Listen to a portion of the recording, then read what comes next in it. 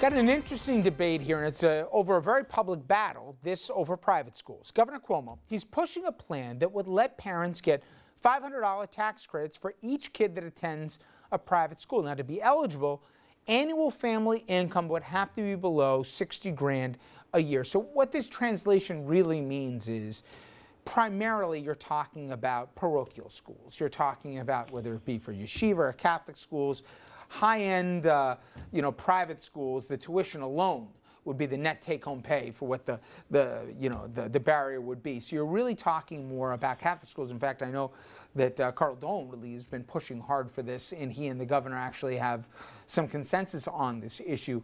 What would you say? What do you think? It's a good or a bad idea? You know, I think in the end it's a very difficult issue for me because I'm a strong supporter of public schools, but by the same token, I really do believe that this is a good policy in the end because you need to be able to give parents a choice of sending their kids to alternative schools if they are in a district that is low performing. And quite frankly, New York has so many low performing schools that to give people the choice. Now I know, part of me says, oh, the answer is to funnel that money into the public schools and have them be fixed. But you know what? While those schools are being fixed, your kid is in that school. And if you have the option and this gives you an alternative of sending them somewhere else, in the end, I think it's a good thing.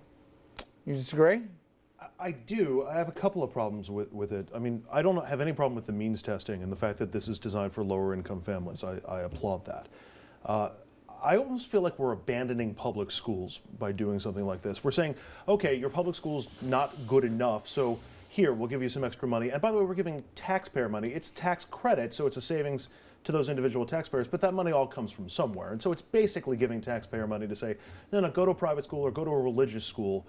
And by the way, going to a religious school with taxpayer money also has its own inherent dilemmas in there. There's supposed to be separation of church and state. And frankly, I like your last suggestion, Jeannie, which is let's use that money to actually fix our public schools instead of just abandoning them and looking for every other option except actually fixing them. I do as well, but my concern is how do you look parents in the eye and kids in the eye and say, we're going to fix these schools? It's not going to happen while your kid is there. It's going to be 5, 10, 15 years down the road and your kid is still suffering. But how's it going to happen when all of these kids are now going to private schools or parochial schools because they're getting these tax credits and it makes it easier for them to go elsewhere? At some point, it's a diminishing return. You have fewer kids going to the public schools, so there's less impetus to actually fix the public schools. There's also one other mathematical consequence, which is parochial schools, which I can talk about with a little bit of knowledge more than yeshivas, but Catholic schools are shuttering in huge numbers, and it's not just in the New York Archdiocese. You go to any archdiocese in the country. And I know some of the math that's attached to it. The tuition for the kids right now does not cover their expenses. There's a shortfall. And when the church was more flush, they used to subsidize this, where they would make up for that gap. Usually it's about $1,500 to $2,000 that there's a gap.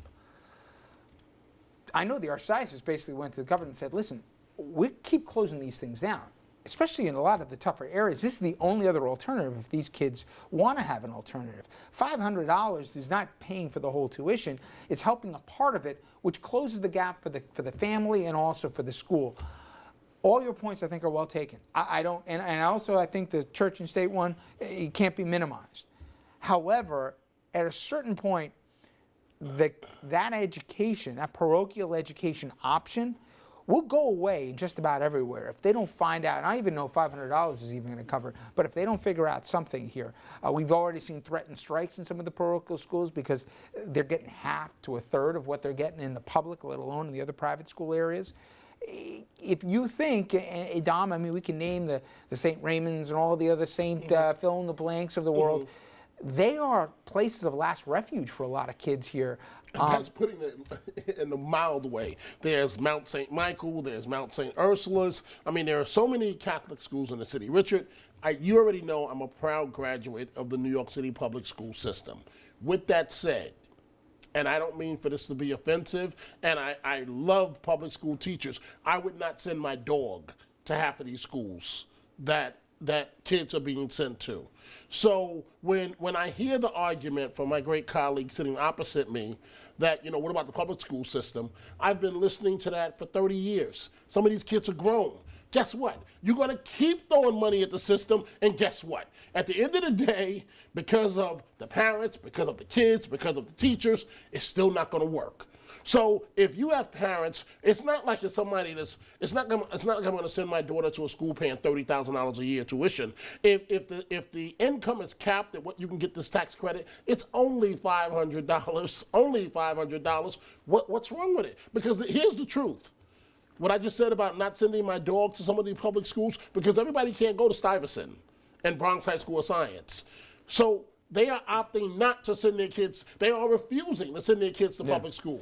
I wouldn't do it either. I'll give you the Just final shut word. down the public schools. Well, why does it have to be about shutting It's a down the morass, public it's a schools? swamp, we can't fix it, we can't throw more money at it, so let's just shut them all down and make people fend for themselves. The idea that you can't have both. I don't think the governor is saying that we can't help with this minimal way for people who are making below $60,000, which is not a lot of money for a family of four. And I think more often than still not, when fix you the say public that are schools. already Incentivizing probably it, at these schools, Yeah, absolutely. these are kids who are already currently students at the or parochial have schools. siblings at those schools. I get it. We've had these debates. Think about charter schools, right? We've had this about. I mean, every attempt here to try and siphon off, and let's be honest, it's the better students. Okay, it's the students that have more invested parents. They're going to try. They're going to put their kids on 4 or 5 different buses to get them to the Bronx Sciences of the world. So you're already taking the top levels of the schools and already taking them off the top because they're doing what your parents would do, what my parents would do, what any of us would do. They put us in the best chance to succeed.